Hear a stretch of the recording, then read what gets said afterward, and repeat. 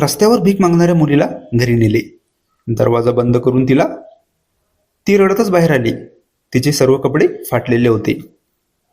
एक बेरोजगार तरुण रोज काम बघण्यासाठी जात होता, पण त्याला काम भेटत नव्हते. रोज पण दिवसभर फिरून तो घरी यायचा, पण मुळात त्याला काम करायचे नव्हते. घरचे सांगत होते की काही काम बघ, त्यामुळे तो जात होता. आकाशच्या घरचे नोकरीला होते. ते सकाळीच त्यांच्या कामाला जात होते आणि सायंकाळी परत यायचे. आकाश दिवसभर घरी असायचा, त्यामुळे त्याच्या घरचे त्याला काहीतरी काम बघ म्हणू लागले. तो फक्त काम बघण्यासाठी जात होता. रोज पण आकाश एका मुलीला रस्त्यावर बघायचा. ती मुलगी रस्त्यावर भीक मागत होती. तिचे कपडे फाटलेले होते आणि तिच्या फाटलेल्या कपड्यावर त्याची नजर गेली.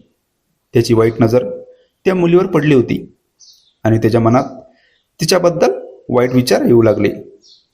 आकाश रोज पण त्या मुलीला बघायचा.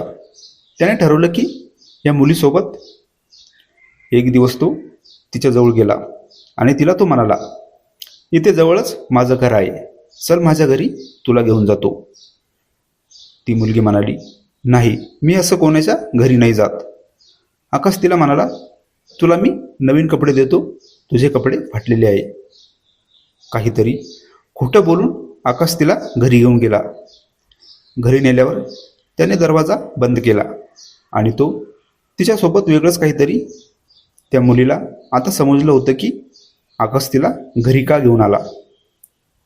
ती मुलगी म्हणाली, मला नाही थांबायचं इथे, मला बाहेर जायचं आहे. आकाश तिच्यासोबत आता जबरदस्तीनं तिने आकाशला जोरात ढकलले आणि ती रडतच बाहेर आली. तिचे कपडे जास्तच फाटलेले होते. ती तिच्या ठिकाणावर गेली आणि तिने घडलेलं सर्व सांगितलं. तिच्यासोबतच्या सर्व मुली जमा झाल्या आणि त्या आकाशच्या घरी गेल्या. त्या सर्वांना बघून आकाश घाबरला होता आणि तो त्या मुलीची माफी मागू लागला. पण त्या सर्व मुलींनी मिळून आकाशला चांगलेच हाताखालून काढले होते. आकाश एवढा सुजला होता की 4 दिवस त्याला चालता पण येत नव्हतं. परत त्याने कधीच रस्त्यावर भीक मागणाऱ्या मुलीकडे बघितले सुद्धा नाही.